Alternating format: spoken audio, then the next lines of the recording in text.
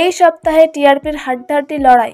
মাঝে কয়েক সপ্তাহ প্রায় প্রতিটি ধারাবাহিকেরই গড় নম্বর কম এসেছিল, কিন্তু ধীরে ধীরে টিআরপির ধারায়ও আসছে পরিবর্তন। চলতি সপ্তাহের তালিকায় তা খানিকটা লক্ষ্য করা যায়। নম্বর যতই ওঠানামা করুক না কেন, এ সপ্তাহেও প্রথম স্থানে নিজেদের জায়গা ধরে রেখেছে পরশুরাম আজকের নায়ক।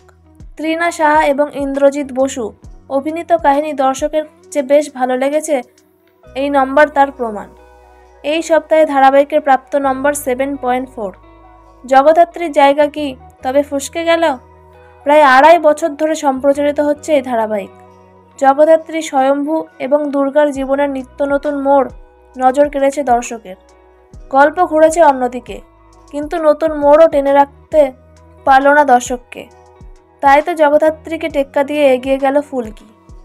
এতদিন টানা তৃতীয় বা চতুর্থ স্থানে দেখা গিয়েছিল এই ধারাবাহিককে, কিন্তু চলতি সপ্তাহে দ্বিতীয় স্থানে রয়েছে ফুলকি।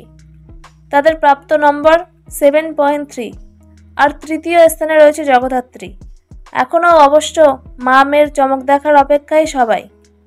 এই সপ্তাহে এই কাহিনী পেয়েছে 7.0। অনেক সপ্তাহ ধরে টিআরপির তালিকায় নিজেদের জায়গা ধরে রাখতে সক্ষম রাঙামতি তীরন্দাজ ধারাবাহিক। এই সপ্তাহেও চতুর্থ স্থানে রয়েছে তারা। তাদের প্রাপ্ত নম্বর 6.6। টিআরপির তালিকায় একটা সময় প্রায় টানা প্রথম স্থানে দেখা যেত পরিণীতা ধারাবাহিকের নাম, কিন্তু পরশুরামের কাছে পরাস্ত পরিণীতা এক ধাক্কায় 5-এ নেমে এসেছে। তো বন্ধুরা, আপনাদের কি মনে হয়, কোন ধারাবাহিকটি পরবর্তী সপ্তাহে এগিয়ে থাকবে বলে আপনাদের মনে হয়? অবশ্যই কমেন্ট করে জানাবেন। আর ভিডিওটি ভালো লাগলে লাইক, কমেন্ট অ্যান্ড সাবস্ক্রাইব করে দেবেন।